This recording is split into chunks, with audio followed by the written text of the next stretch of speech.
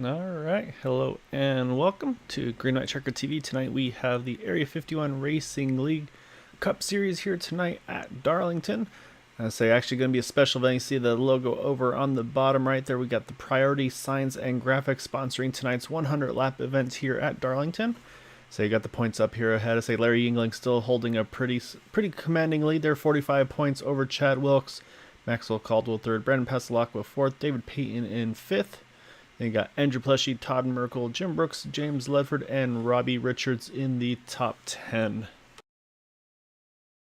So I won't stay too long on the standings here because I'll say we're actually going to got a little video to show of our priority signs and graphics as I get a little bit of idea who they are and what they are able to do. So I'll say if you're ever looking into if you ever need some signs or graphics help or anything like that, so you can definitely check them out. John Brill would be the kind of the man to talk to, I think, about that as well. Really want to thank him for putting this on tonight, putting that sponsorship up.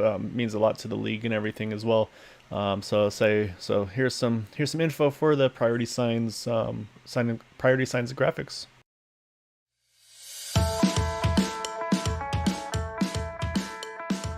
Hi, I'm Blake with Priority Signs and Graphics, and today I'd like to talk to you about our sign and graphic services, what makes us special, and how we can offer our skills and services to your brand. At Priority, the things that really set us apart from any other sign or graphic shop is the caliber of the expectations we set and the diverse quality of our services. Our customers expect superior signs and graphics, competitive pricing, extensive knowledge and experience, and the security of licensing and insurance. Our goal is to beat those expectations every single time, with every customer, for every project. While some businesses focus on building signs and others focus on just graphics, we work twice as hard to provide both services and visually grow your brand in every way possible. As a one-stop shop for custom signs and graphics, we offer building and pole signs, monument and directional signs, digital and vinyl graphics, and comprehensive sign repair and installation. We also are proud to offer support services for creating your logo or brand, choosing design materials, and even getting you the necessary permits to have your graphics or signs installed. We serve all types of businesses and brands in and around the Dallas-Fort Worth area, but we're happy to go out of our way to help your business wherever it may be. For all your custom signs and graphic needs, Priority Signs and Graphics will get the job done. Contact us today and see how we can help you.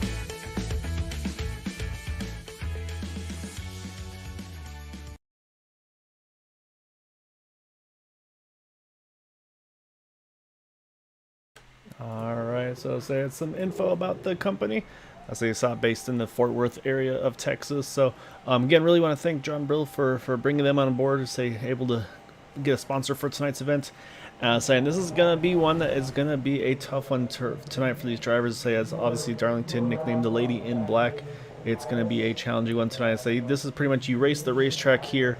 The goal really, I think, is just going to be to make it to the end, minimal damage. If you can have a zero incident race here, you're doing something well. So I'll have to see if anybody's able to tame this track tonight. Obviously, one driver will.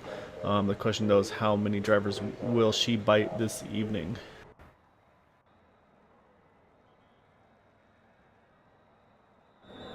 With that though, we got to pull up our starting grid.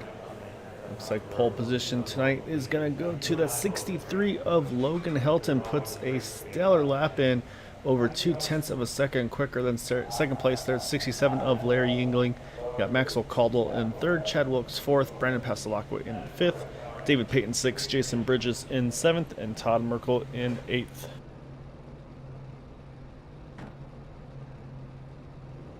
Ninth through 16th here, you've got Jack Walls, Andrew Pleshy, James Ledford, Robbie Richards, Roy Grandy, Jim Brooks, Michael Spill, and Nicholas Winook.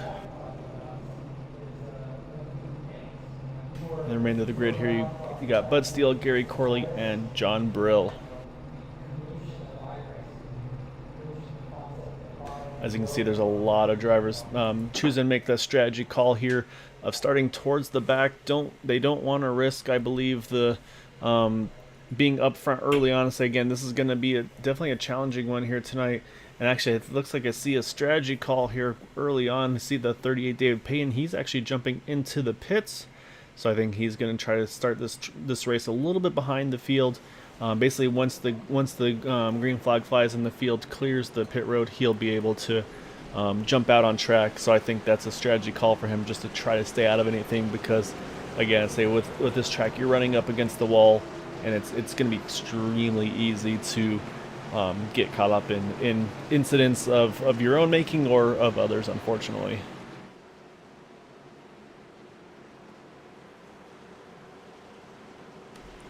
Good evening, Tammy. Hope you are having a nice evening tonight. So obviously, as we know who you'll be rooting on tonight. Saying a good start for Logan, starting on the pole position here tonight. So we'll see if he's able to finish things off tonight in that front position as well.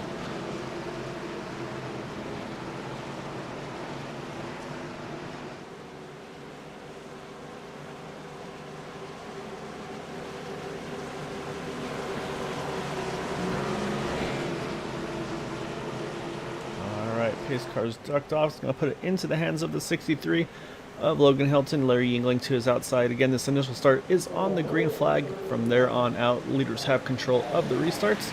And as you can see, already you see a couple drivers had a little bit of tire spin. And he goes around. So that was, I think, some of the concern we had saw from the get-go. And it looks like it's collected the side of the 48 of James Ledford with some pretty significant damage there. On his 48 machine. Looks like this 81's not too badly damaged. However, so I think James Ledford got the worst of that. As you can see, kind of already missing the front clip of that car.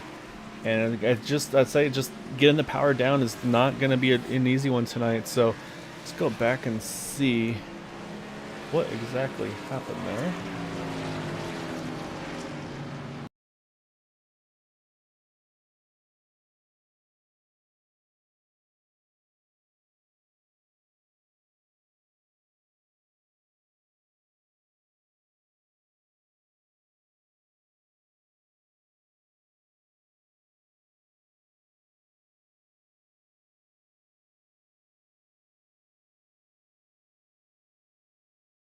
Alright, so we're looking at the 81 of Todd Merkel. He's that green car to your top. And yeah, you can see as soon as he tries to get the power down, just steps around on him. I say tries to gather it back up. As soon as he puts the power back down, the same thing happens again. Actually, Andrew Pileshi involved as well in the 82 machine. And so yeah, so that's where the contact sent him around into James Ledford. So 3 cars making contact on that one. Oh, it would help if I actually started the replay up again for everybody. Sorry. Rookie mistake. There we are. Now you can see what I'm talking about. So let's say again, watch that green car. You see him catching the outside wall as soon as he tries to get the power down. And then unfortunately, just to say, as soon as he tries to get the power back down again, just the exact same thing happens. And then from there, it's just kind of an accordion effect behind him. You can see, like I mentioned, Andrew Pileshi, just know where he can go. He gets hooked into it, and that's actually an also contact for the 83 of Jack Wallace. His car doesn't look too worse for wear, but like I mentioned, the 48 James Ledford definitely getting pretty much the brunt of the damage here. So let's say we'll jump back over to our leaders here, because it looks like somehow out of all of that, just on the start, Larry was able to grab the lead just on that initial kick off the beginning of the race here.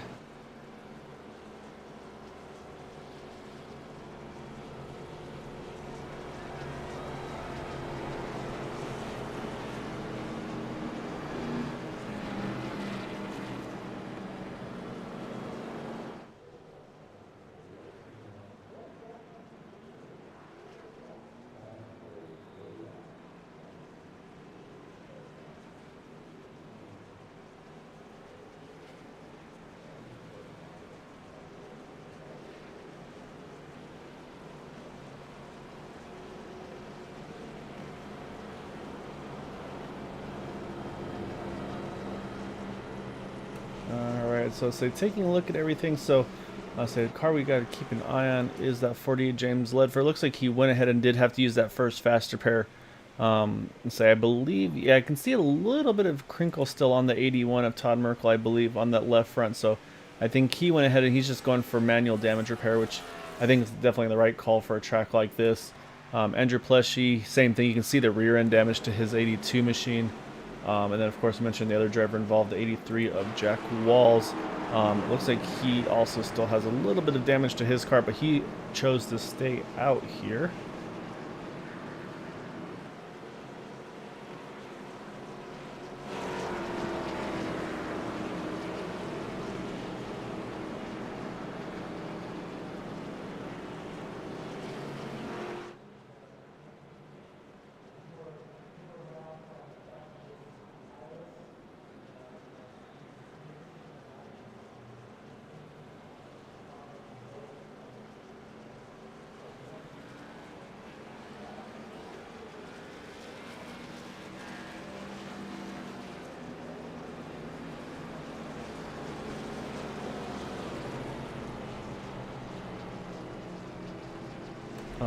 Alright, so field's doubling back up there. You can see, I'll say again, mentioned on that restart, say on the initial start, it should say that 67 of Larry England just able to get a little bit quicker on the throttle, it looks like, than Logan Helton. Again, the initial start, they go at the same time, so just Larry got the advantage there, and say this is going to be extremely beneficial actually for Larry, as we talked about how difficult it is to pass here.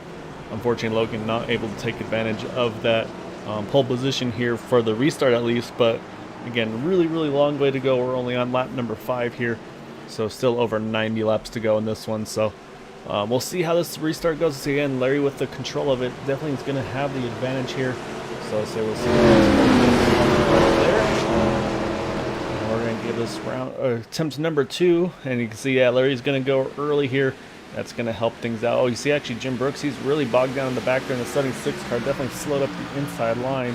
So you can see how they're all backed up behind him there. However, Larry's able to sneak away into the lead here. And however, Logan second, wasn't sure if he was going to be able to keep that 17 of Chad Wilkes behind him. However, he's able to do so far. And Chad's got a mirror full of that 94 of Maxwell Caldwell.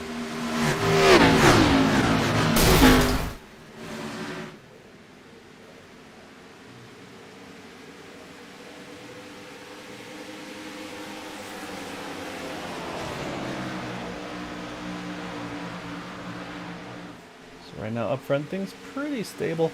I'll say right now, some of the closer battles actually, say Maxwell's still trying to go after that one. So you see a little further back though, Todd Merkel, he's got his hands full now with the 82 Andrew Pleshy. So Andrew, of course, trying to regain spots from that initial contact of the race after getting some damage repaired to his machine. Moves around that 81 car, so move Andrew now up into the 12th position, I believe it is. Yep. So he's actually able to get 2 spots, one from the 76, also from the 81 there. So +2 for Andrew Pleshy through that previous lap here.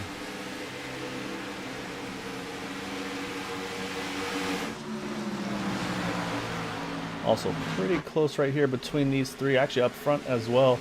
So you can see Logan Helton trying to creep back in on that leader of Larry Engling's. So one thing to mention is, say, the fuel window I think is going to be roughly about mid-40s, maybe about 80 laps. Say pace is going to fall off dramatically here. Right now, the fastest lap of the race is a 27.4. I say within a handful of laps, probably less than 10 laps, you see that drop off by probably about a full second. I say because this track, you're not really going for, you're not going to be pitting based on fuel. You're going to be pitting based on what your tires are doing. And so everybody's going to be screaming for tires for after probably about 20 laps or so, just with how abrasive this track is on tires here. See Andrew moving forward some more there in the 82 car, now working on the 88 of Michael Spellin. We talked about how this is one of those tracks where it's difficult to pass. You really got to race the racetrack kind of situation here. There's pretty much in 3 and 4 you can make passes, you can go side by side there. However, you see exactly what Michael Spell does right there. That's the way you want to race this track. If you get someone behind you and you know they're faster than you, you let them go on the straightaway, you get back in line, and then you regroup and keep after them. If you go side by side through the turns, especially in turns 1 and 2, you're both just going to lose a tremendous amount of time. So I think that's something we'll definitely, I would expect to see in this race here. Maybe not up front for the lead. I don't think we're going to see Larry roll over here for Logan here, but that's going to be kind of the strategy you'll see. And let's say it might be a different ball game too early in the race versus once the later parts of this race, of course.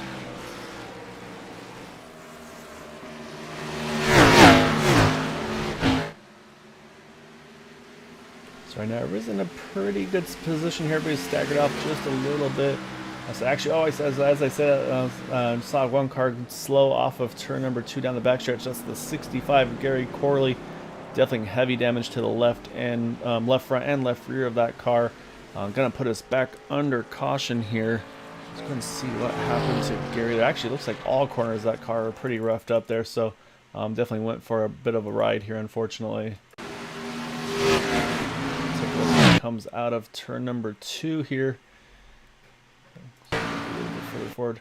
Oh, just gets tied off too, catches the inside wall, or sorry, the outside wall, and that's just going to fling him straight into the inside wall. And you never want to hit the wall at the kind of angle that he's coming at it right there. So yeah, heavy hit, actually up on 2 wheels there for a little while before getting him back on the ground. But Again, able to keep it pointed in the right direction afterwards and grab a gear and keep going. So he's going to stay on the lead lap. Definitely going to need to get a pit here, get a fast repair taken care of to get that car in better shape here. And again, pit stops, there's going to be no strategy. You're going to see everybody pit here. Everybody's going to take 4 tires and fuel. If somebody does stay out, they're going to be a sitting duck on this restart. So I think you're going to see the whole field come in here, especially at this point in this race. So sure enough, it looks like, yeah, just about to say John Brill, he's going to stay out. I'm guessing for John, might be a strategy to get a lap lead in that number 90 machine and then jump into the pits as he goes by there. So he's going to be shown as a leader this time at the line. And then I would suspect we'll see that number 90 come in that next time by. So now we got to watch this battle in the pits here. See if Logan's able to take advantage of that number 1 pit stall, or if Larry's able to hold on to lead. Like you can see in the pit stops, Larry's just a little bit ahead through the pit stop cycle. But Logan's going to get the power down. I think Logan's going to hang on to that lead coming out of the pits. So I think we're going to see our second lead change just through the pit stop sequence there between that 67 and 63. But we'll have to wait and see if that's actually is how it lines up. Because actually I'm looking now, and I don't know. 63 is rolling pretty slow here. I think Logan might have wound up speeding on the exit of the pits. You wouldn't think you could speed on a pit exit here when you're the pole sitter. You just kind of drop a gear and go. But wherever that pit exit line is, he must have got over the speed limit before then, because he is definitely dropping to the end of the lead lap here.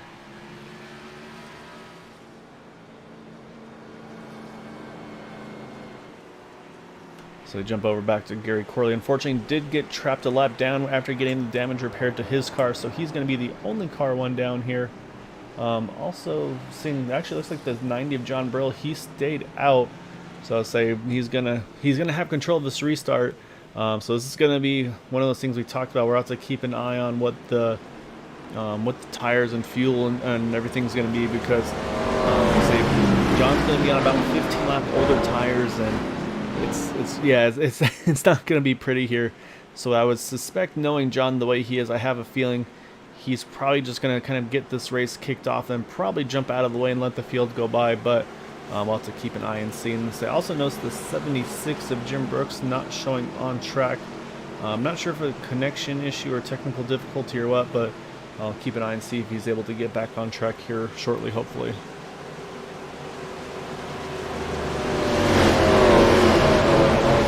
Into the hands of that number 90 of John Brill, leading the way here.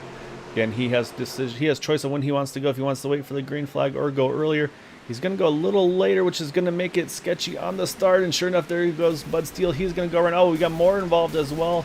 See the number 2 there, Jason Bridges. Also the 12, I believe that is Robbie Richards.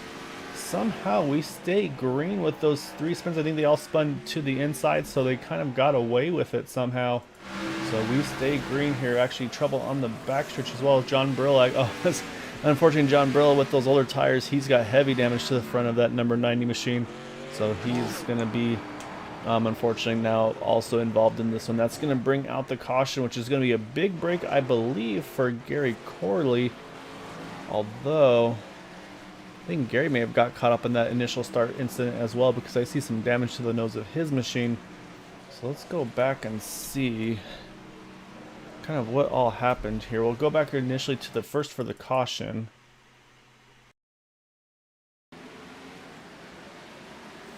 And so yeah, so you can see the action going on in the back, the contact, but it was exactly like I had mentioned for John Brill. He just went ahead and he moved over, went to the inside here, and then once most of the traffic was clear, he gets back on track. But I think just again those older tires trying to get it back up to speed here. Just the car does not turn well there, and just heavy contact with the inside wall, or outside wall to the inside wall, just going to put us back under caution there. So let's go back one more time here as well. And let's go check out the contact in the back, because that definitely hit a handful of cars there. I want to say it started off with the 34, or sorry, the 2 of Jason Bridges. Yeah, you can see almost identical of what happened to the 81 of Todd Merkel at the beginning. You also see Bud Steele a little further back. He's having pretty much the exact same thing. And then, oh yeah, you can see he comes around the front of the 65 Gary Corley. Nothing Gary could do there either. However, really the driver that took the worst of that one's going to be that 12 of Robbie Richards. Heavy contact for him. Same similar situation, kind of missing the front clip of that 12 car, unfortunately. So yeah, so a lot of drivers involved in this quick incident there. However, Gary is going to get that lucky dog. He will get back on the lead lap here with this. However, of course, like you can see, he's going to have some pretty severe damage to get fixed up on that car. And then those drivers involved in the incident, for the most part, all making their pit stops here.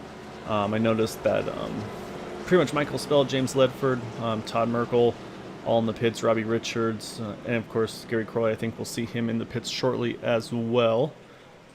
And then we'll keep an eye out. Looks like Bud Steele's leaving the pits now, John Brill as well. So driver that got the worst of that one actually is going to be Jason Bridges. He actually wound up taking a tow, so he's now showing as 2 laps down. So he's going to have some work to do on his end. You can see John Brill hasn't used that fast repair yet. Maybe trying to still save it to the end of the race, or maybe just wanted to assess how much damage he actually had on that car. Because when you're in the seat, unfortunately you can't see that nose damage, so you don't know how much damage to the front of your car you've got. So we'll have to keep an eye and see what his strategy is going to be here as well.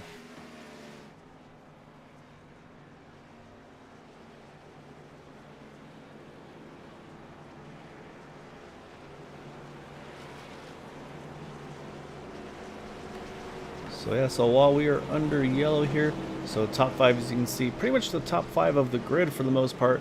You see you've got Larry Yingling, Chad Wilkes, Maxwell Caldwell, Brandon Pasalacqua, all those drivers in the top 5. Obviously the one missing right now, our pole sitter Logan Helton, who had that speeding penalty.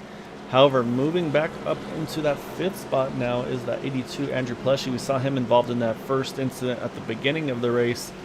So he's gotten some damage repaired, and it actually looks like he did use a fast repair to that 82 car, because you can see the back of that car looks clean again.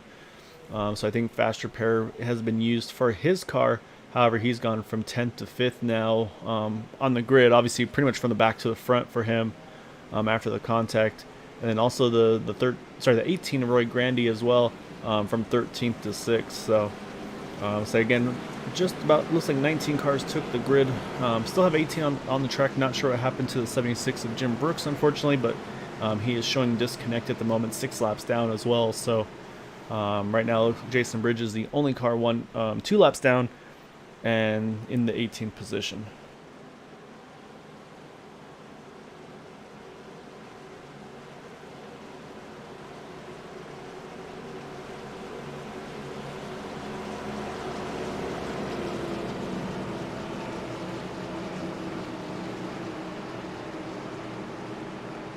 Alright, so the field's coming through turn 3 and 4 now. Pace car will soon make a sharp left, and that's going to bring things back up into play. I think we're going to see after that last one, we're going to see Larry do like he did last time. I think we'll see him go early here, and I think that's actually going to be a benefit for all the drivers here, because when you're in that banking, you can get the power down a lot easier than on the straightaways. As you see, Larry definitely gets a good start there. Chad Wilkes just able to hold on to 2nd place over Maxwell Caldwell. And then I say a little further back, I'm pretty sure I saw, yeah, Andrew Pleshy, he's going to grab that 4th position over the 21 of Brandon Pasalacqua. So good start for Andrew as well there to move himself up forward. As I say, also seeing here comes that 63 of Logan Helton. Restart, I believe, in 9th, and at this point I'm showing him all the way up into that 6th position. So great restart for that number 63 machine here.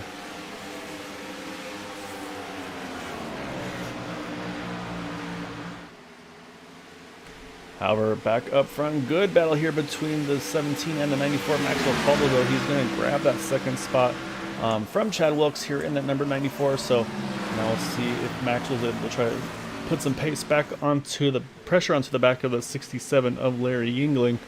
Right now Larry's got a nice little cushion, about 7/10 of a second. So again, though, this is that kind of the risk versus reward here. You go too aggressive too early, if we get a long run, your car's going to be pretty hurt on the tires. Let's say it's going to really rough them up there. However, we're not going to get that long run. We're back under yellow. Looks like I see 2 cars involved. Oh, the 88 and the 90. So you got Michael Spelt, John Brill, Looks like Michael Spell with some motor damage to that car, so he's going to have to try to limp this thing back to the pits here. So that's going to bring out the caution one more time.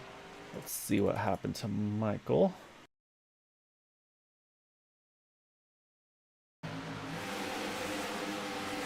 Actually, looks like it was kind of a couple things. John Brill's expecting to see the 6 go to the outside. So he moved down low and didn't go to plan. That was kind of what I was worried about. Oh, you see Gary Corley gets caught up in this one as well. A little bit of damage for him. But that's what I was talking about, the wanting to avoid being side by side, especially through turns 1 and 2. So we'll take another look here from a different angle for the 88 of Michael Spell. And you can see, looks like Michael gets loose on the top side, contact between himself and John Brill there. And then again, like I mentioned, Gary Corley just nowhere to go. Makes some more contact with both of those cars. So yeah, so Gary's gonna not be in a great spot there. And then you see Michael, unfortunately, the car just kind of shoots itself back to the inside wall, and that's where the motor damage came from, unfortunately, for his machine. And we're gonna have some mixed strategy here. I say I'm a little surprised more stayed, or I'm a little surprised more didn't pit there. Looks like the top 6 here stayed out, 7th on back pitted. So I'm actually, if I'm Maxwell Caldwell, I suspect he's going to be the first out of the pits there in that number 94 car, and he definitely is with ease here. I kind of like where Maxwell is, and actually we'll mention 76 Jim Brooks. You can see him in the background there. Is back on track. Unfortunately, though, 9 laps down, so whatever those technical difficulties are, he's back in the running here. So right now we've got the top 6 drivers all stayed out. Larry Yingling, Chad Wilkes, Andrew Pleshy, Logan Hilton, David Payton, and Robbie Richards.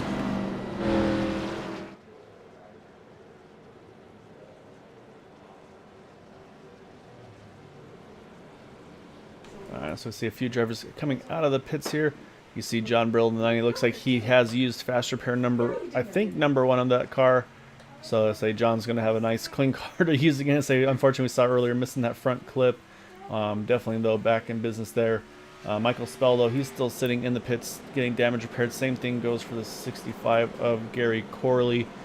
So I think Gary, I want to say, might have been out of the fast repairs as well. So at this point, he's obligated. He just has to do the damage repair. Doesn't have a choice, unfortunately, for his car.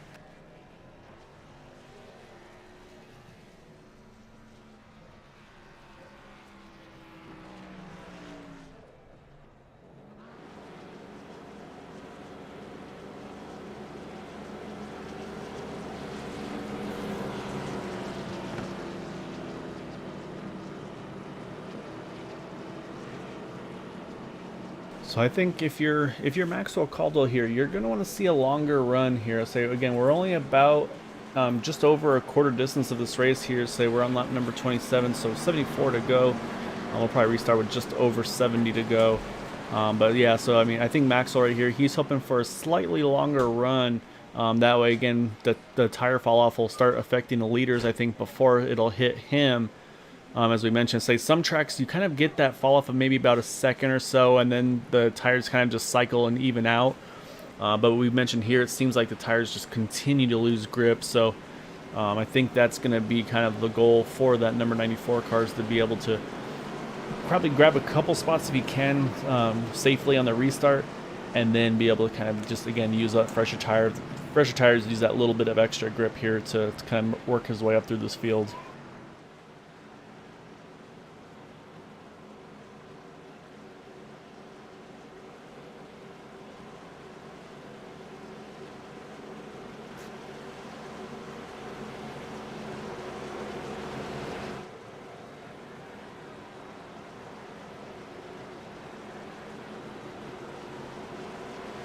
Alright, so you see leaders coming through 3 and 4 here.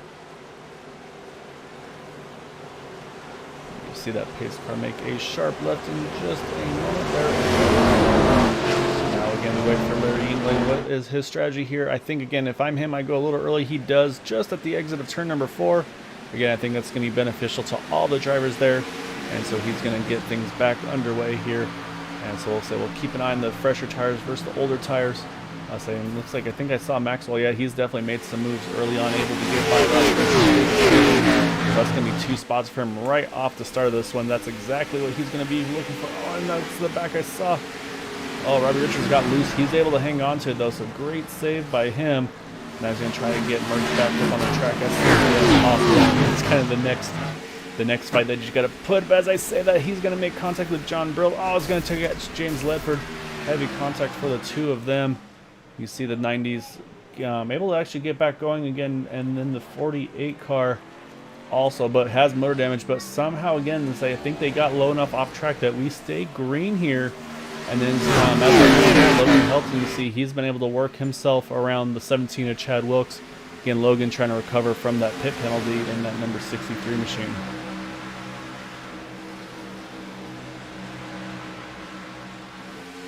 You can see the smoke on the that 48 car. James Liver trying to limp that thing back to the pits. Doing what he can, so you can see staying offline to stay out of trouble. However, here comes the 94 Maxwell Caldwell again on the first car. I really want to see what he can do here.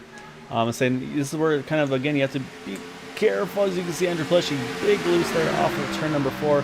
However, just not enough opening for Maxwell to try to make a move. So you can see he just rolls out of it. Going to try to regroup and probably try to get another exit. And that's really the way to make these passes here at Darlington, is get a good exit off the turns like you see him do here. Off of turn number 2, gets his nose inside. However, Andrew's not going to give it up that easily at this point in the race. So, top line definitely seems to be the preferred line through 3 and 4 as Andrew again gets loose off of 4. But definitely still doing all he can, fighting off that number 94 Maxwell Caldwell. This is probably pretty much the exact opposite of what Maxwell was looking for. He was hoping to try to make some pretty steady ground up in the front. But I'd say right now having to fight hard to try to get around some of these drivers here.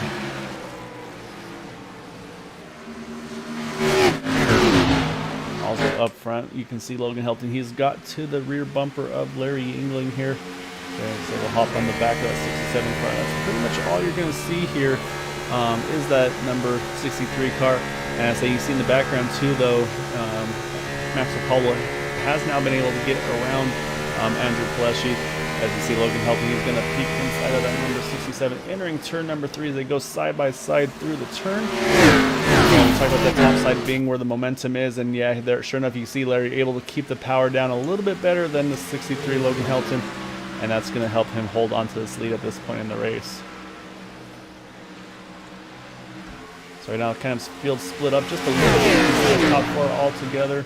Andrew Pleshy's fallen off just a little bit now, kind of into the. Oh, as I said, makes. Oh no! I was going to say make contact off the wall. Oh, big hit for the both of them there. Also see. Oh no! David Payton kind of came to a stop in the middle of the track. There's nothing he could do there. Heavy hit from the 81 of Todd Merkel got into him. And you also see that the number 2 caught up in that one as well. Andrew Pleshy motor damage with his car. Oh, Todd Merkel motor damage as well. So a lot of cars involved in this one. A lot of heavy contact as well.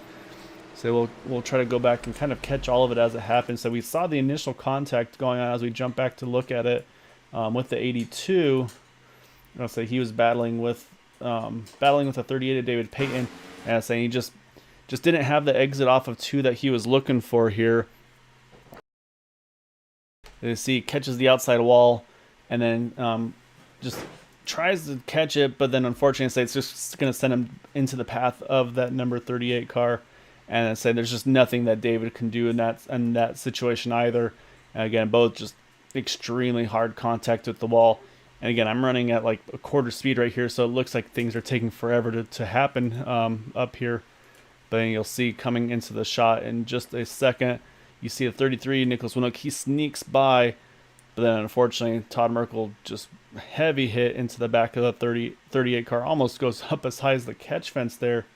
And then you see a few other drivers. You see the 18, he sneaks by. I think I saw the 83 Jack Walls. I think he just gets by here. But then in the process, you can see here comes that number 2 car, and they make contact with each other. Actually, a little further back, Jim Brooks, you can see he's got damage on his car as well prior to this. So go back to see if the car actually looks like damage was prior to this. Now that I'm looking at it, but yeah, so a lot of cars involved in this one. So that puts us back under caution. Say while we're going through all of that one, I say unfortunately missed the pit stops. Apologies for that one.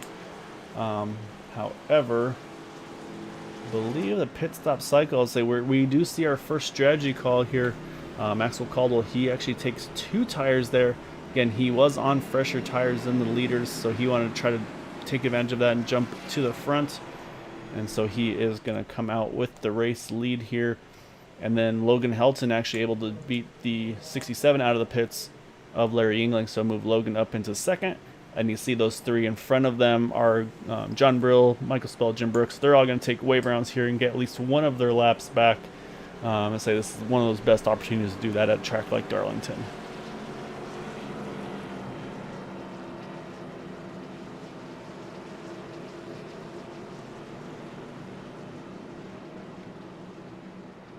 Unfortunately, though, looks like we have lost a few drivers that have retired from the event. You see the 34 of Jason Bridges, 6 of Bud Steele, and the 40 of James Ledford. Looks like those 3 have retired. David Payton still sitting in the pits here, about 3 laps down. Michael Speld and John Brill are both right now on the tail end of 2 down. Once they get the wave around, they'll be 1 lap down. Jim Brooks, like I mentioned, is many laps down right now, showing 8 down. So right now, those are the drivers that are lapped. So one thing I do want to do is if I can get a good angle of it here. You can see on the back of that 63 car of Logan Helton there on the hood says "Get Well Soon, Senior." Say we did a special event last week for sorry, I'm having a brain fade here. Say for Jimmy Senior, did a lot of Jimmy Crow Senior. Apologies. He did a lot of racing events. A lot of the drivers in this league raced with him at Crow's Nest, and so that's what Logan's got on the hood of that car. So really nice to see that. Again, I know Jimmy Senior meant a lot to a lot of these drivers here, and definitely hoping to see him get better as soon as possible. That way we can maybe see him do some more iRacing posts.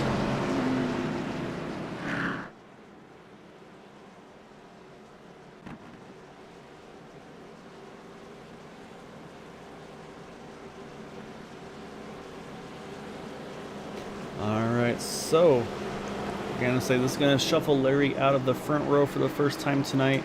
So we're going to see what can Maxwell do with these 2 tires. Logan obviously wants to try to get that lead. As he had the opportunity and then sped the first time around. Almost got that position this time, but obviously the 2-tire strategy didn't go to his plan for Logan. As you can see, the field here getting back going. And it looks like Maxwell just doesn't quite have the grip that he was looking for on that restart. Tries to get things going, but they're going to go side by side through turns 1 and 2, and looks like momentum is going to go to that top side. So they're going to be able to get to the lead and control this race at the moment. Larry's going to try to follow through here. So let's say we talked about the strategy, and it looks like the 2 tires at the moment not working the way Maxwell was hoping for. However, again, still a long ways to go here. So I'm going to say it's one of the things he can kind of put in his mind for later in the race, and decide, all right, maybe those 2 tires isn't the way to go if we get into that situation later on in the race here. However, the top 3 have snuck away just a little, or top 4 I should say, snuck away just a little bit here over the 5th place car, Nicholas Winook. However, great start for Nicholas here. He is up into the 5th spot from 16th. Same goes for Roy Grandy, 13th to 6th for those drivers. So great start for them as well. You see also Robbie Richards been caught up in a couple incidents. He's back up now into that 8th position. So these drivers are finding their ways forward when they have the opportunities here. As here goes Brandon Paslacqua. He's going to sneak underneath 18, get the pass done. Oh, you can see there, that's the risky part there. If you try to follow that pass through like the 12 did of trying to get around the 18, it gets really tight off of turn number 2, and it's hard to make that stick with each other. As you can see, 18 gets a little bit of contact with the wall. 12 gets big loose off of turn number 4. That's going to open up for Jack Wall. See if he can get a 2 for 1 here through turn 1. Contact between the 2 of them. We're going to more contact, and we're going to get another caution there. And so that's what I was mentioning about the racing the racetrack, and that's unfortunately what bit them. Is they started racing each other, and that's unfortunately the end result of that one there. So this all happened about a full straightaway ahead of it, and so we'll kind of show it. So you can see the 12 and the 18 here coming through 3 and 4.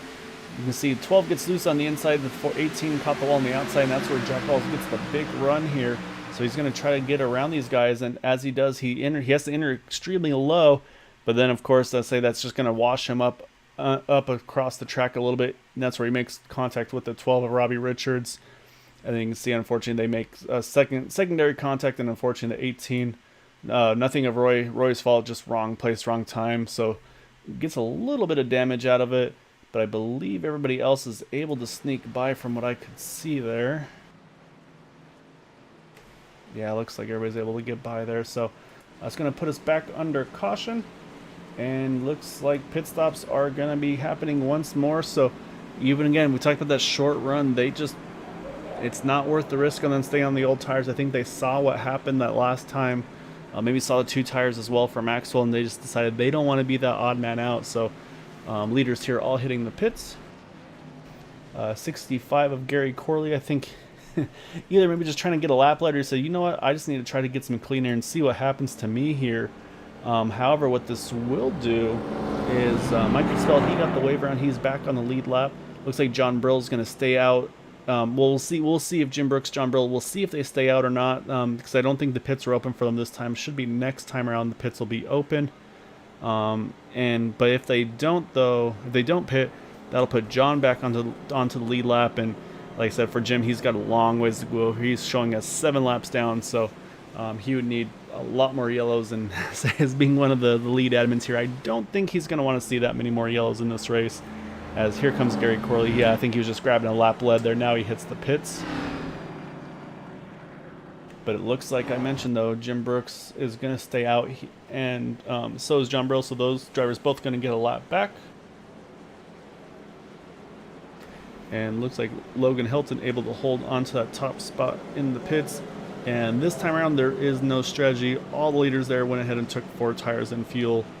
So I think they saw what happened to the 94 of Maxwell Caldwell and decided that's definitely not a strategy they want to do, at least not in this point of the race.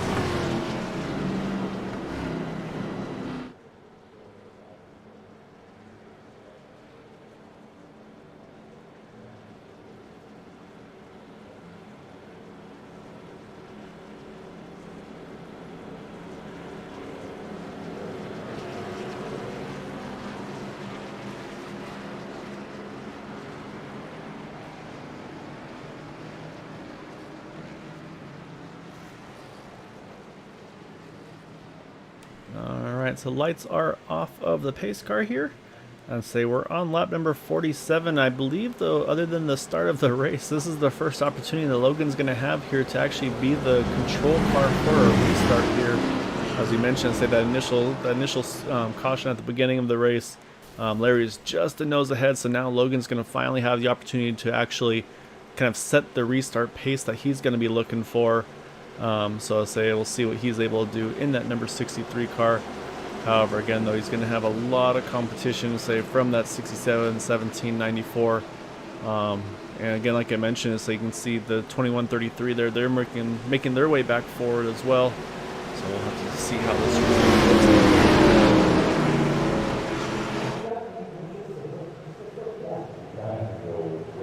All right, coming out of 4, he's going to drop it and go. Again, looks like he's able to get about a car. Breathing room through 1 and 2, not have to worry about running side by side through the turn, and let's say from now try to focus forward.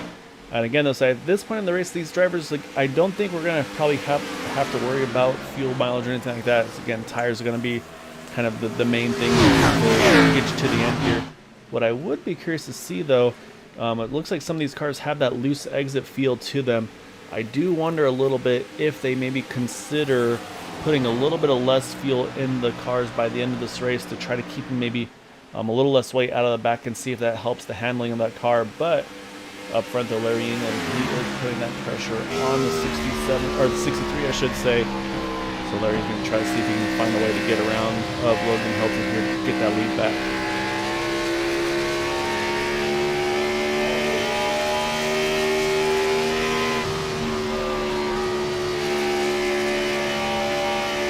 See with fresh tires just how little they're out of the gas there through turns 1 and 2. But right now, I'd say these drivers are very even around the track right now.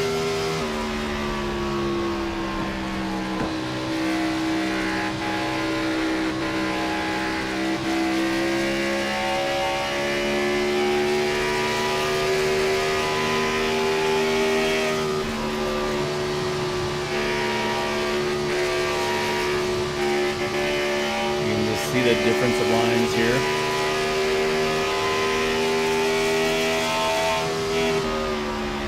So you can see 3 and 4 is a much slower turn. But again, so that top line is where you want to be in 3 and 4. That's why you see a lot of these drivers pretty much rim riding it pretty much here. So you can run slightly lower. It's definitely not the faster way to go. That being said, it's obviously the safer place to be. But at some point, you're going to have to find your way to the top side. You see Larry's getting a good run off turn 2, I should say. But it looks like just still not quite enough to get to the quarter panel of that 63 of Logan Helton here as he continues to fight off that 67 of Larry England. These two are just slightly separating themselves a little bit from the 17 of Chad Wilkes, Maxwell Caldwell, which say I think this battle for third is going to start picking up here shortly as well. A little further back, Andrew Pleshy, he's trying to work his way back to the front. So you can see he's starting to slowly but surely close the gap on that 21 of Brandon Pasolaco. That's be for the top 5 position. And a little further back here, you can see 81, Roy Grandy. He's trying to get Todd Merkel here. This is a battle for 7 between the two of them. You can see the field's all kind of strung out just a little bit, like kind of groups of 2 or 3 drivers. And saying those are actually what you kind of, if you see these situations, this is usually commentator's curse coming. This is usually where you start to see a little bit potential for a longer green flag run going. So we'll wait and see if that actually comes into fruition here or not. But right now, these drivers see right up against the edge of the wall here. Saying what we'll do here, though, is let's say we got some pretty cool camera angles, so we'll show them for a little bit, and now you don't have to hear my voice for just a bit.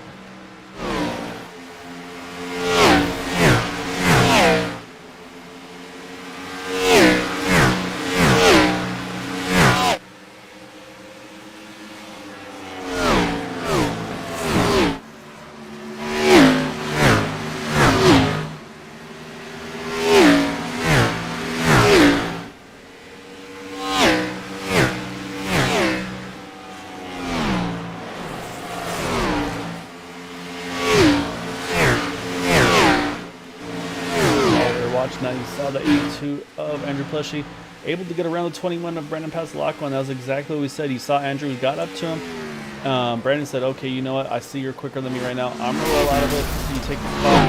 And that's how you, I mean, that's how I race Darlington. That's how I feel like everybody should race Darlington.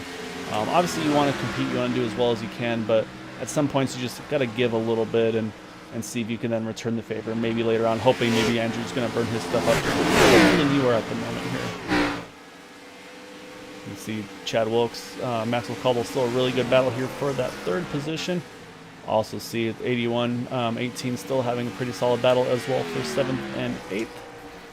So we'll jump around the field a little bit here. 83 Jack Walls, he's in 9th. Right behind him is that 83 Brandon Pasolaco. See, Brandon's dropped back a little bit on this initial start. Looks like maybe a little bit of right front damage to that car. You can see big loose there off of turn number 4. Behind him is the 88 of Michael Spell. We see Michael recover nicely from that earlier incident that he had. Say right now holding in the 11th spot. He's got a nice little gap as well to the 12th position, or sorry, yeah, 12th position in the 12th car of Robbie Richards. Robbie, however, you saw him as he went by there, missing the rear TV panel of that car, so probably definitely affecting the handling of his machine here. And back to Gary Corley here in the 13th position, and then John Brill in 14th. Right now, the last car on the lead lap here. As up front, though, Logan Helton, he is setting pace here. And let's say right now, that last time by was half a second quicker than 67 of Larry Yingling. So again, I think this might be some strategy here, maybe where Logan's kind of going pretty aggressive here. Maybe Larry's taking it down a bit here to see if he can then kind of capitalize later on in this fuel run. As actually that last time by, they were near identical lap times, just a couple hundredths difference between the two of them. But you can see that gap between the two is spread to almost 2 seconds at this point of the race. And their lap times as well, as they were about 15 or so laps in this run. They have dropped from in the 27.3s all the way down to 28.7, so over a second, almost a second and a half now. Again, I mentioned how quick those lap times are going to drop here with the tire wear at this track.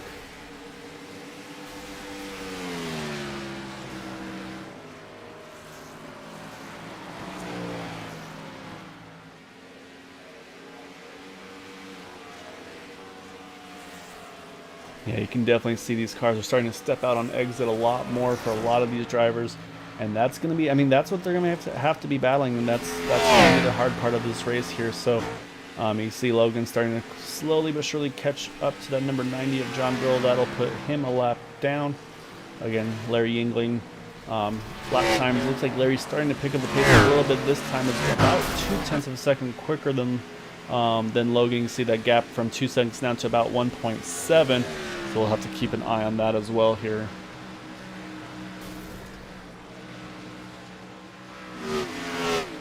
Back to third. See Chad Wilkes, he's been able to kind of separate himself from Maxwell Caldwell. So he's in a nice solid third position there as he gets a little bobble off of turn number 2. Nothing too critical there. I'd say all pretty controllable there. Maxwell Caldwell in fourth position. Just over a second behind right now that 17 car.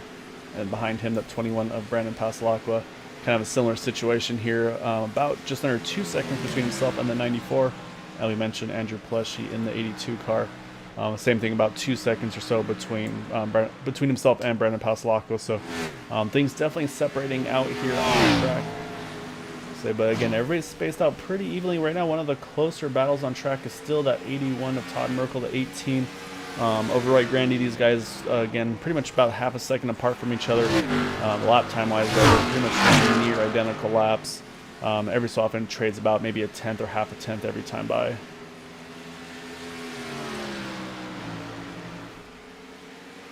See the 65 Gary Corley. It's like he just moved out of the way, make sure he didn't play any role in that one. Actually, looks like he might be off pace. Not sure if he's going to hit the pits or possibly retire that car. Definitely something he's not happy with in there. As you see, Logan Helton's been able to get around the 76 of Jim Brooks. And this is going to be big for Logan. So this gives them a lot of clean air now in front of him.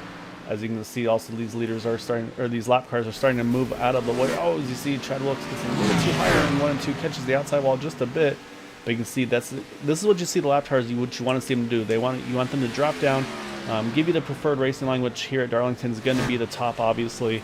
And ideally, if they can, of course, try to let you by on the straightaways here. So, however, though, those hot laps at the beginning by Logan, they're starting to come back. So you see Larry starting to reel him back in, now down to 1.2 seconds between the two of them. Last time by, Larry is just over a tenth quicker than Logan. So that gap is slowly but surely starting to creep in closer to the benefit of that 67.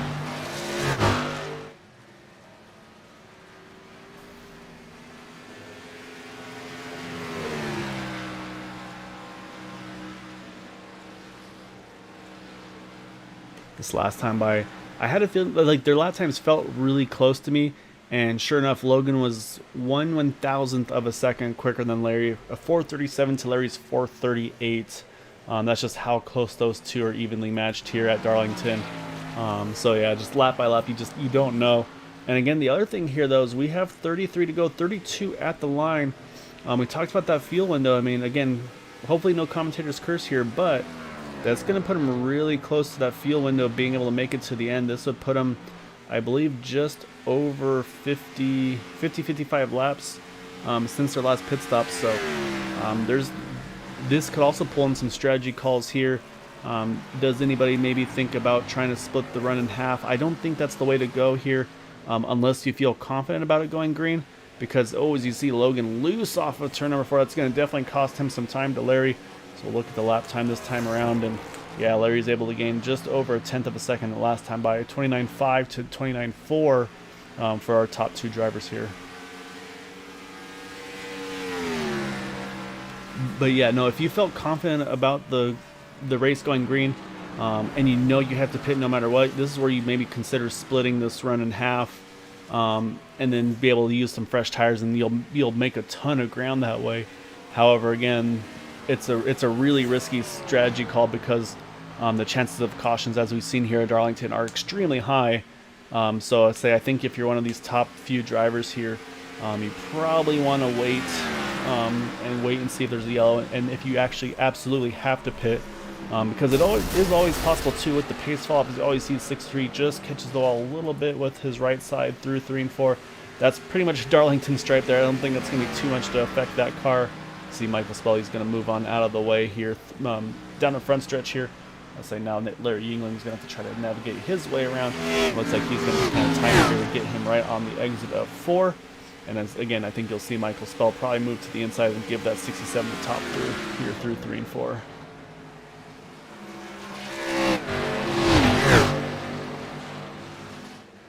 So actually, Michael's got pretty good pace right now in the 88 car.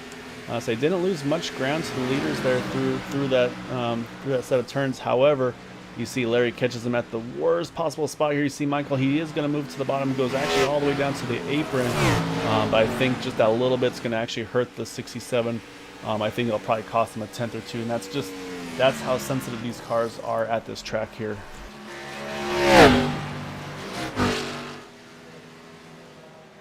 And it does appear that the 65, Gary Corley, unfortunately, he has retired from the event in that 65 machine. So looks like he'll wind up in the 14th position for tonight's event. He's going to lose a spot to the 76 works once the 76 completes another lap or 2. But yeah, so like I mentioned on the fuel strategy side of things here, it could be tight here. I don't know, like we mentioned, I believe the fuel window is in the mid 40s, but that's based on kind of the initial couple of laps in these cars. And like I said, right now they're over 2 seconds a lap slower than where they started off here. So it's very possible that just the pace drop could be enough to bring in that window. So it'll be very interesting to see here. Say next time by, we're going to have 25 laps to go. As I mentioned, that here comes the 18 Roy Grande. He's going to pit. So we'll keep an eye and say if we stay green, it'll be really interesting to see how he fares compared to some of these other drivers that may stay out longer than the rest of the field. So Roy pitted from, I believe, the 8th position. He was right behind the 81 of Todd Merkel here. So let's say this is going to be curious to see, does anybody react to this, or do they all kind of do they want to run their own pace and not risk potentially being caught out by the yellow? As actually I see the 33, I believe that was Nicholas Miller. He's dropping into the pits as well. So I think he's going to be your second driver to hit the pits. And something I didn't mention is, again, we weren't really honestly expecting green flag pit stops, which again, hats off to these drivers for having a really solid second half of this race right now. But this is a really difficult track to hit the pits at. Again, with the banking, as soon as you get off the banking, it's pretty much flat for over half the width of that track there. So you have to get down to speed and get it to actually rotate for you as well, and then get it down into that pit marker. So like I said, we'll keep an eye on, see if anybody's going to maybe further back hit the pits. We'll see if we can maybe catch one of their pit entries. But right now, again, I think if you're those top 2, top 3 drivers, you probably aren't really thinking about a green flag pit stop. And the other thing is, if you're one of those drivers that maybe is close on fuel, maybe you save here and you don't run as hard as you could, and you actually back it off. Don't use the brake, just roll out of the gas, save some fuel, and kind of go that approach. Let's say, well, we'll actually hop on board here. We'll kind of compare our leaders here in the next 2 laps and see what they're doing.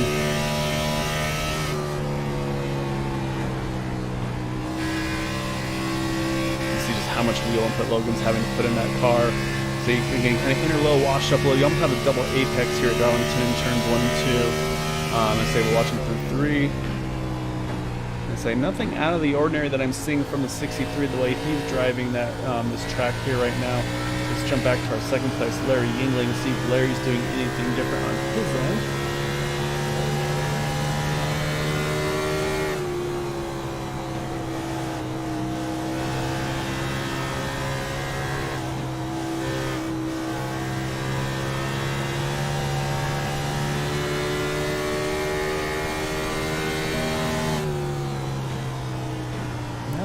Pretty status quo for the two of them.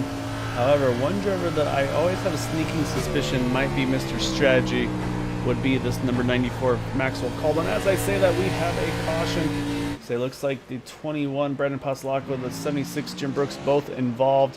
So that's the risk versus reward on the pit stops. That's going to trap Roy Grandy. Looks like 2 laps down. Nicholas Winook as well. So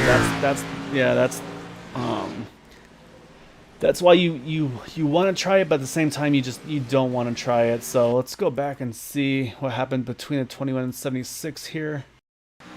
And I think this is just a situation of old tires versus new tires, and just I think just not timing it quite right for what you'd be looking for. As you can see him come through turn number 2 here, and you see as they're coming out of the turn, it looks like Jim's just got too much momentum to the back. Oh, actually no, it looks like. Yeah, okay, so Brandon caught the wall just a little bit off of 2, and unfortunately comes across, saying we saw that a little earlier, just contact between the two of them, and so that's going to bring the yellow out. So it's like nothing malicious there, just wrong place, wrong time. Initially, kind of looked like the 76 might have been trying to pass him at an inopportune spot, but actually just the 21 just caught the wall a little bit. Saying again, we were on about over 30 laps on that run, so all these drivers were definitely struggling here. As I say that, though, pit stops are underway, so let's take a look at them. Oh, it's going to be close between the two leaders here, and we'll see if Larry didn't speed or not, but if he did not, he is going to jump that 63 of Logan Helton and pick up the lead. It's like Chad Wilkes going to hold on to 3rd, and then Maxwell Caldwell in that 4th position. So, like I mentioned on the fuel side of things, this is where the drivers didn't have to take a full tank of fuel to make it to the end. So I'd be extremely curious to see, did any of these drivers maybe consider just taking a little bit of fuel to get to the end, and not kind of keep a little bit of weight off the back of the car, maybe help it rotate just a little bit better. You can see the 1833. Both these drivers are going to take the wave around here. Unfortunately, like I mentioned, trapped a lap down from that caution. I believe. Try and take a look to see where some of the other drivers are. I'm not sure which or either of them were able to get the wave around. May have been the 88. Actually, I think it was the 83 of Jack Walls. I believe Jack may have got the wave around here. So right now I'm showing 9 cars on the lead lap. 10th and 11th just 1 lap down, and then the 12th position is 2 down.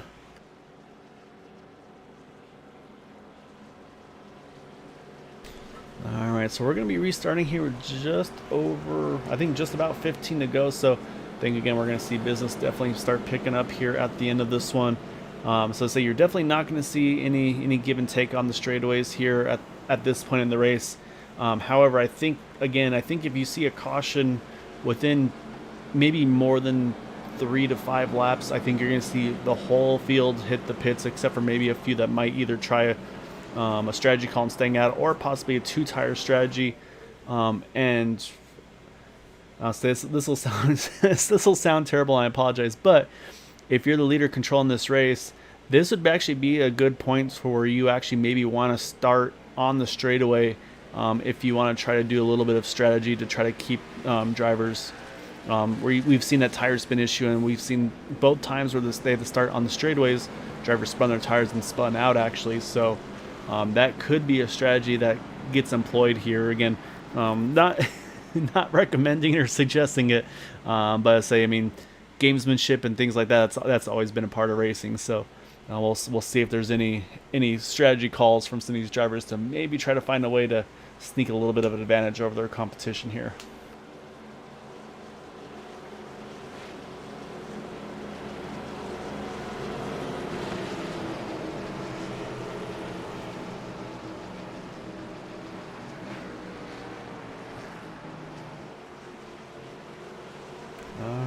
pits. So we're going to see that pace car again just a moment duck off of the pits. Into the pits, I should say. And it's going to put into the hands of Larry Yingling, Logan Hilton. Larry's going to go there right out of turn number 4. And you can see Chad Wilkes was ready for it. He's going to possibly grab second spot, but Logan Hilton's going to have to get through the gears here quickly. Try to use that momentum on the top side, see if he can get back around that 17 car. And he's going to do it. Aggressive move on the top side for Logan Hilton. That second spot, but that's exactly what he has to do here to have a chance to get this win tonight. Maxwell Caldwell, he gets underneath the 17. He's going to send it into the corner. He can clear it. He's going to try to slide up. Couldn't. Oh, contact between the two of them. You can see he tried to slide up a little bit in front of the 17. Just wasn't quite enough clear. It's going to be contact for Chad Wilkes, losing a lot of momentum here, unfortunately. And you can see now in the clutches of the 81 and the 82 cars. So yeah, so unfortunately, again, we talked about the aggression. That's exactly what we saw here.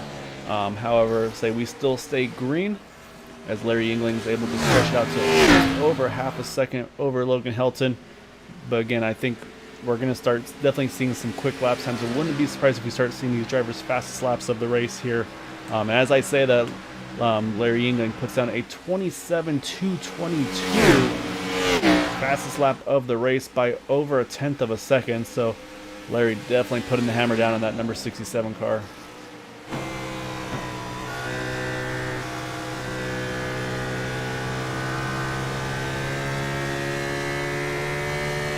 Right now Larry's been able to stretch it to just over a second. So again, a great restart for Larry.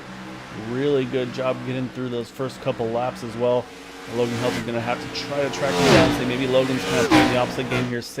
Be a little bit easy on the tires for that first lap or two, and then really go after it here. So we'll keep an eye on that. Maxwell Caldwell still hold on to that solid third position. However, he's going to have somehow Brian Passalacqua. He was in that incident with Jim Brooks to bring out the last yellow. However, he's in the 4th position. So say the way everything cycled through, definitely not a bad situation for him.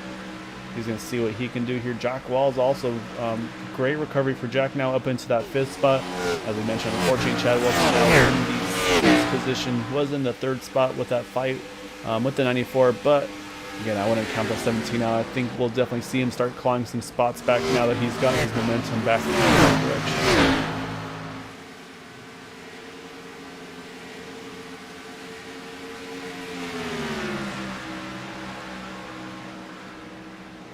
Again, though, Larry is putting down some pretty impressive lap times. I'll say we'll see if he's willing to give up some secrets. I have a sneaking suspicion we'll be able to talk to him at least in one of those top 3 positions for tonight's race. I'll be curious to see if he's willing to give up some of the tips, the tricks that he did tonight. Maybe did a fuel strategy call on that final pit stop that maybe some of the others did not do. We'll have to kind of wait and see on that one. Again, though, still 10 laps to go, so a lot can happen in these final 10 laps. I say at this point, I think if there is a yellow, we'll definitely see the whole field make pit stops. Again, we see Chad Wilkes putting a ton of pressure on the back of that 83 of Jack Walls as they come off of turn number 2. Looks like he's going to grab the spot. I think we saw there Jack roll out of it just a little bit to give him enough to get by. However, of course, when you do that, though, it opens the door for other drivers to try to take advantage. And here comes Andrew Pleshy, going to try to make the momentum work on this top side. I think we're going to see Andrew now jump up into that 6th position as well.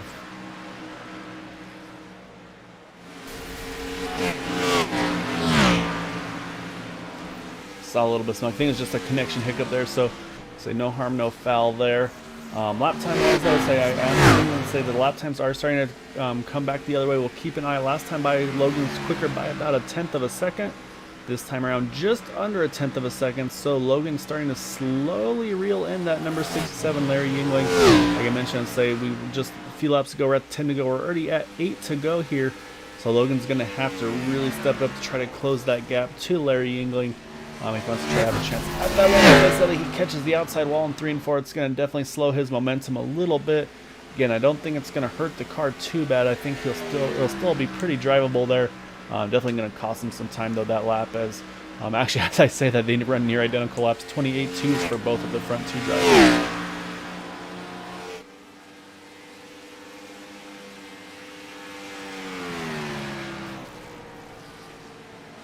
Jump back a little bit. Oh, as you see, 82 Andrew Pleshy, he gets around 17.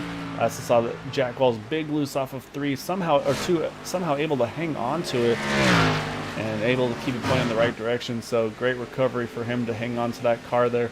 Still showing in that 7th position. Up front, lap time still pretty equal between our top 3, all within about a 1/10 of a second of each other. So not a ton of a change from them right now. We're kind of see where some of our closest battles are. Everybody's pretty evenly spaced out, to be honest, right now. As I mentioned, but we'll jump back to our leaders because we have 5 to go here. We'll take a look again from the back. It looks like Larry is now starting to stretch that lead back out again. You see 1.5 seconds now over Logan Helton. So say you're pretty much if you're Larry, you want this to go green to the end. If you're Logan, if you're maybe a couple other drivers, you wouldn't mind seeing another caution to see if you can maybe make something happen and steal a couple more spots at the end of this race.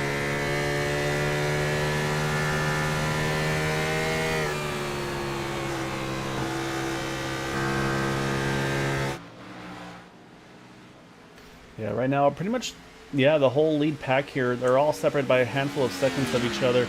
He's, like I said, 1.7 between first and second, about another 1.5 between Logan and Maxwell, and then, yeah, it's all just really evenly spaced, about 2-3 seconds between each driver, roughly, just all the way from first through 8th positions here. So, yeah, not a lot of craziness right now that can happen. Just honestly would be just individual mistakes, possibly getting loose off of a turn or catching the wall and kind of coming across the track. So say if you're Larry Yingling, this is exactly what you want to see when I see a nice spaced out race here at the end.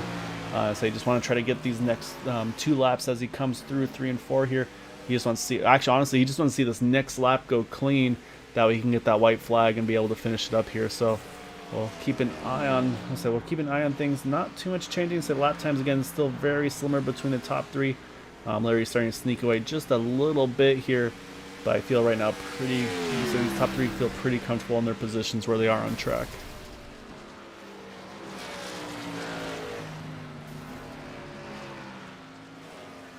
All right, coming out of turn number 4, I see Logan big loose off of turn number 4, trying to give it everything he had there as they drift in that car off of turn number 4. However, Larry's going to get the white flag here, and that's exactly what he wanted to see. He needs to just try to make one more clean lap around this very difficult track here at Darlington, and he'll be able to pick up the win and stretch his points lead out just a little bit here. As I say, not too many more races to go for the end of season 6. So out of turn number 4, here comes the 67 of Larry Yingling, gonna get the win tonight at Darlington. Maxwell Caldwell is gonna bring it home in second, just over Logan Heltinger bring home second, just over Maxwell Caldwell. Maxwell made a pretty good charge at the end, just not quite enough. Top 5 are going to go to Brandon Passalacqua and Andrew Palesci as we watch that 67 of Larry Yingling coming through back stretch, getting ready to celebrate here.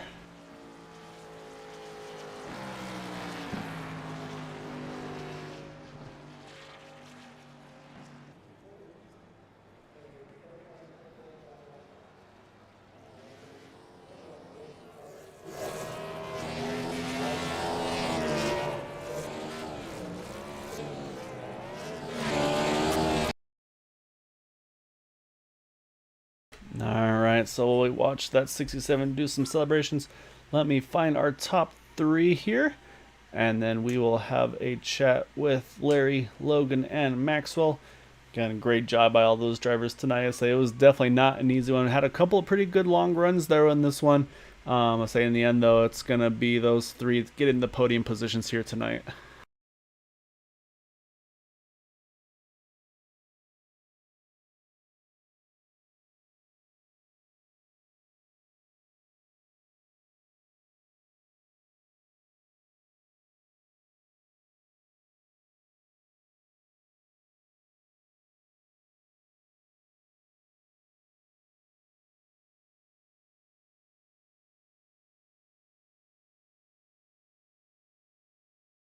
Alright, so we're going to kick things off with our 3rd place finisher, Maxwell Caldwell. Started 3rd, finished 3rd. So I know at one point you did try some strategy call trying to pit when a lot of the other leaders stayed out. And then say you took advantage of that and then tried the 2-tire strategy. But it just seemed like it wasn't quite enough laps first for the 4-tire strategy, and then those 2 tires just did not seem to work for you.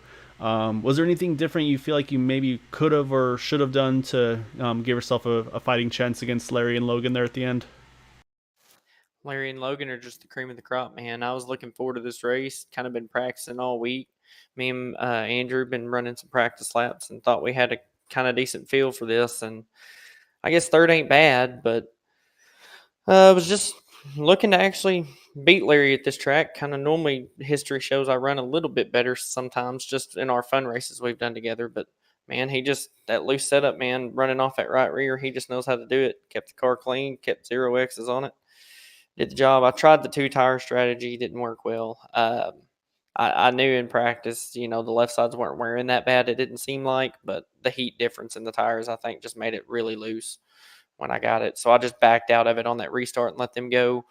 But just tried different things and just didn't work. So third's about the best I can muster. But I do want to apologize to Chad Wilkes for kind of fencing him there on that last restart. I thought I was clear of him, and he just slightly had a nose there when I went to slide up into 3 and 4. So feel bad for that, and just yeah. Yeah, so yeah, we caught that too, and so it's just I was actually talking about it before the kind of before that last restart. Let's say aggression is going to probably pick up a little bit, and obviously with Darlington, you got to do the give and take as much as you can. Like you mentioned, when you with the two tires didn't work for you, you just kind of rolled out of it and kind of got back to a comfortable spot to just ride for that little bit of time. But I mean, at some point, obviously, you're going to have to kind of go for it there, and I mean, it just that's just Darlington. I mean, it's so challenging to try to make those passes. I mean, you look like you said from where I was sitting, it looked like you were clear, and then right as you started drifting up, I'll say that was unfortunate when Chad just got that little bit more momentum, and saying you two made that little bit of contact there at the end. So. I think it's just kind of the nature of the beast, though, especially when you guys are running up front with each other week in and week out. Occasionally, you're going to have those little situations and contact between the two of you, or yourself and Larry, or whoever is are up front with you guys. If you know what I mean. Absolutely. And I mean, I was trying to give and take with Chad all night long. Me and him always restarted next to each other, and I'd always give him the line going in and kind of ride behind him for a while. But the restart before last, it kind of got me in a pickle when I started overheating real bad, and had to back off of him. And then I tapped the wall, and then I lost 4 seconds to Chad, when I feel like in the first 10 laps of a run, I could get by him and probably stay ahead of him the whole run if I were just make the pass. So that second to last, or that last restart, yeah, I was a little bit on the aggressive side, but I knew that his first couple of laps, he described it himself as having a parachute out. So I knew if I could get under him off of 2 where he was really struggling, that I could try to dive it down into 3, because I knew I had grip on the bottom lane, but I needed to be able to slide up and take his line on the outside. And when I slid up, he just had the slightest bit of a nose. I haven't seen a replay, but it couldn't have been much. And it was just enough to just tap him and kind of put him in the fence and make him finish 6th. So I kind of feel really bad about that. But I mean, if I had it all over to do all over again, I'd probably make the same move, just trying something. It was, 15 to go, got to do something. Yeah, it's exactly right. I mean, it's go time at that point. So, I mean, overall, I mean, a great race. I mean, obviously, like I said, different strategy calls just didn't quite pan out the way you're hoping to. But again, still a really good result for a very difficult track after a couple weeks off as well. So, I think after this, we kind of go back to more of the steak and potatoes, if you will, of Area 51. So, I say that'll definitely, I think, change things up a little bit for on that side of things. But definitely want to give you the floor, though. Any thanks, shouts you'd like to give for that third place tonight? My teammates, man, especially Andrew, running practice laps with me all week, kind of helping me figure this out a little bit. We really got a lot accomplished and learned a lot. So I appreciate him doing that. Appreciate Larry and Chad and everybody else that runs with us. Some of them that wasn't even there tonight, that kind of help out on a week to week basis. And just thankful for the league, the broadcast, and my Lord and Savior Jesus Christ. Just going to go on to next week and see what we can do there. All right, sounds good. Again, great job, Maxwell, and look forward to catching you soon. Absolutely. Thank you. All right, that is our second place finisher, Maxwell Caldwell. Or sorry, third place finisher, Maxwell Caldwell. Now we got to talk to our second place finisher, Logan Helton. As they started on the pole position, I'd say, however, just the initial start, obviously, they didn't quite get the initial kick for that quick caution came out. So I felt like it took about half the race before you had an opportunity to actually lead a restart. And so you were definitely strong there at the end, but I don't know, maybe it was different strategy calls between yourself and Larry, either on fuel or what it was, but That or maybe let's say the sandbags were released. I'm not sure, but you and Larry definitely were the class of the field tonight. You guys put on a really good show. I mean, just take us through your race. Yeah, at the beginning, spun my tires, but I was still underneath Larry, so I thought I could get him back into turn 1 and 2. But then the caution came out, which kind of sealed the deal of him being in front of me since he beat me off the line. And something with the cars tonight was that it just had too much tape on the front end. So in clean air, you could run as fast as you want, but you could not stay behind another car for more than 3 laps, which really changed how you had to race. Because once he got in front of me, I couldn't race him as hard as I wanted to, and yeah. So whenever the caution came out, I thought I could get ahead of him, and then I sped. Even though I still made it out ahead of him, I had to take the speeding penalty and go to the end of the line. And then the rest of the race was kind of me getting through the field. And once I finally got in the front, I knew if I just had good pit stops, I could control the race. And then with I think it was 20 laps to go or so, a caution came out, and I thought I could get out ahead of him, and then I made a really stupid mistake in accidentally leaving it in fourth gear coming out the pit box and couldn't get the exit I wanted. Uh, Looking back at it, if I had it in first gear, I would have beaten him off the line. But yeah, just a stupid mistake on my part to give that away. Yeah, I mean those are unfortunately always frustrating. I say we've all done it. I say we've all had those mistakes, and you kind of you kind of kick yourself at the time, but I say then kind of have to wake up the next morning, put it behind you, and focus forward to the next ones. But yeah, I mean, again, still a really good race for you, like you said. I mean, you had to work your way from the back all the way back up to the front again, so at obviously a very difficult track to make some passes at as well. And obviously, it sounds like difficult setup a little bit as well on the temperature side of things. So overall, I mean, a great recovery run for you to get back up into that second spot. Obviously, you always want to get that last spot at the end there. But yeah, I mean, a great run for you tonight, Logan. Definitely know you had some fans watching tonight as well. So I definitely want to give you the floor. Any thanks and shouts you'd like to give. Thanks to all my friends and family that are watching the race, and thanks to you guys for putting on the broadcast and everyone at Area 51 who put this race on for us. And also thanks to Priority Signs and Graphics for sponsoring tonight's race. Also, shout out to Jimmy Sr., who's still in the hospital and all that stuff, running the decal on the and my sponsors, LKH Racing, RGC Media, Checkers and Wreckers Podcast, and I think that's it. Yeah, saying definitely, like I said, really glad you mentioned that about Jimmy Sr. So yeah, still thinking about him.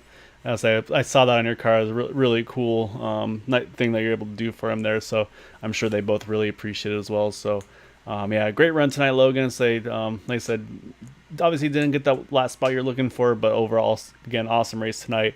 And yeah, look forward to hopefully catching again in these future races. Thank you. All right, so with that, we've got only one driver left to chat with. That's going to be our race winner in that number 67, Larry Yingling. Okay, Larry's kind of made a habit of even when he doesn't start on pole, he finds a way to get to the front on these initial starts. It was kind of an odd one, obviously, with that quick yellow right at the beginning, but you were able to get to the front there and then kind of control the initial start. Obviously, kind of a caution oriented beginning of the race, but then about halfway through, things really kind of opened up there. It was kind of, it just looked like it was going to be a battle between yourself and Logan there. And then that final pit stop, I don't know what you did. I don't know if you're allowed to give out your secrets or not. But whatever you did there at the end of that race, I mean, your fast lap that you put on was almost 0.2 of a second quicker than the second fastest lap of this race. So, I mean, take us through your race and yeah, take us through that last restart. Well, first off, great run by Logan. It's a shame he made that mistake on pit road, but learning from that mistake will enable him not make it again and help him win a bigger race down the road. But yeah, this Darlington's definitely my worst track, so I was not expecting whatsoever to contend. But I just just practiced, and I think what really helped me here was last iRacing update a few weeks ago or whatever. They added like wall physics, and where the closer you get, more compressed air, and it pushes you away from the wall, just like real life. I think that's all I needed just to at least enjoy the track and contend. But I think Logan, I believe he was the fastest. But this finally a caution came in my favor this season, and yeah, that last run, I knew from all the runs previously, if I don't just go all out every single lap, Logan will eventually catch me. And even with all that tape and almost blowing up every single time you get near someone, he almost passed me, I think, won the first few runs, entering 3. But I just knew I just had to go all out to stay in front and finally win at Darlington. Yeah, so actually that's a really good point. I didn't even think about the new model with the air and everything like you're talking about, because you're exactly right. That was something that they had brought up, that when with one of those updates, it kind of has that little cushion of air. So was that something you could you actually physically feel the difference when you would run the wall here tonight versus previous races that you've run at Darlington? Yeah, now I didn't run a whole lot at Darlington just because I never liked the track, but I can feel the car a little bit when the closer you get. I don't think I ever really got extremely close, like how you would at Homestead or other tracks, just because the layout of the walls and how uneven they kind of are in a way. You would just hit it. But yeah, I mean, I didn't touch the wall once, so definitely did something. That's a really good point. So it's something that I knew about. I was saying, but yeah, it slipped my mind with that one. So I mean, that's actually a really great point to make for future races. Like I said, for like a Homestead or something like that, where eventually a lot of these drivers you're gonna have to kind of ride that wall. So yeah, I mean, a great job though for you, Larry. Like I said, one thing I was bringing up during the broadcast, I say again, I don't want to make you give out secrets if you don't want to, but it did seem like the car had a little bit of a looseness to it. So when you had that last pit stop at the end, did you consider or did you short fill it to maybe try to make it a little bit lighter in the back to maybe help that be a little bit tighter, or what was your thought process there? I didn't fill it up all the way, but I mean, they put some gas in it. Okay, I'll say that's all we need to know. Is I won't push you any further there on that one. But yeah, so I mean, again, a great run for you tonight, Larry. Like I said, looked like you and Logan were definitely the class of the field. And like I said on that last street start, I mean, there's like I said, I mean, your best lap was a 27.222. Logan's best lap was a 27.381. So like I said, almost 0.2 of a second quicker than his best lap, and I say obviously at a very crucial point at the race there. So yeah, I mean, great job tonight on the win, and definitely want to give you an opportunity. Anything shouts you'd like to give for pulling it off tonight? Definitely my teammates this race, Maxwell Conwell, Andrew Pleshy, and Chad Wilkes, and also shout out to my friend Devin. Last week I asked him what lap would a caution come out to give the race away, and he predicted it correctly. This week I asked him what lap would a caution come out to give me the race. He didn't predict it correctly, but at least I was right, and I'll take that. And yeah, thank you for the broadcast as always, and everyone in the league for putting the stuff on, and it's pretty enjoyable. Yeah, I say great run for you tonight. I say if you two can get things worked out. Say like I said, start adjusting your predictions and start making them go towards the lottery tickets, and I say maybe you guys can start racking up the money. Yeah, that'll be the good plan. All right, great job again, Larry. Say enjoy the win. Say obviously again a great points night for you as well. Able to stretch that points lead a little more, I'm sure, with those just a couple races left to go in this season. Say things are looking pretty solid for you, but I think at this point, knowing you, say I think you're just kind of looking forward to the next week and just trying to get the best result you can week in week out. Yeah, I believe it's over a race lead now, but past seasons I've shown that it don't matter how big of a lead, stuff can happen quickly. So I'm gonna still keep digging and pull away, or try to. That sounds like a good plan to me as well. So great job again, Larry, and look forward to trying to catch you in some future races here, sir. Thank you, sir. All right, that is our race winner, that number 67 of Larry Yingling getting the win. However, let's go through our final results for tonight's event. So again, our top three: Larry Yingling, Logan Helton, Maxwell Caldwell. Bringing home in fourth, Brandon Pasalacqua, Andrew Pleshy in fifth. Maxwell mentioned him and Andrew definitely did a lot of work together to try to see what they could do, try to pick up some speed here. Chad Wilkes in that 6th position. Again, unfortunate contact between himself and Maxwell at the end there. Kind of relegated himself a couple spots back from where he probably would have been otherwise. Jack Walls up to the 7th position. Todd Merkel finds himself in 8th. Michael Spell in the 9th position. And Roy Grandy, first car 1 lap down. As they got trapped by that untimely caution for him with that green flag pit stop. He finishes in 10th. In 11th, same situation for Nicholas Winook, unfortunately. In the 33 car, got trapped by that caution. He finishes in 11th. John Brill, again, really want to thank John and Priority Signs and Graphics for sponsoring tonight's event. Again, you can definitely check them out. So I'm actually going to have another video I can show you guys after we go through the results here for just a little bit more info about the company. He finishes in 12th, and then those drivers that did not have the races they were looking for, either technical difficulties or just caught up in some incidents. Jim Brooks 13th, Gary Corley, Robbie Richards, David Payton, Jason Bridges, Bud Steele, and James Ledford.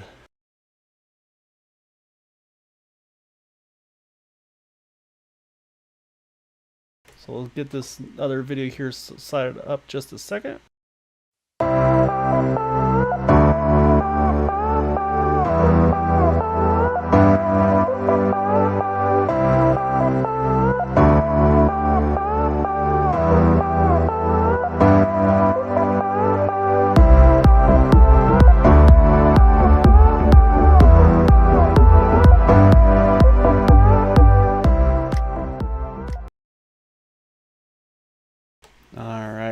So I'll say with that is our race for this evening. So of course I'll be back again on Sunday for the Super Speedway Cup Series. Again, really want to thank you all for joining us tonight, though, here with Green White Checkered TV. Again, hopefully everybody was able to have a happy New Year. I say I'm sure for some it's kind of just trying to get readjusted back to the work schedule after the Thanksgiving, Christmas, New Year's break and holidays and such. So now we're kind of back into that grind again. So hope everybody's doing well, and of course, as always, please, if you can, try to stay home, stay safe, wash your hands, and until Sunday, have a good night.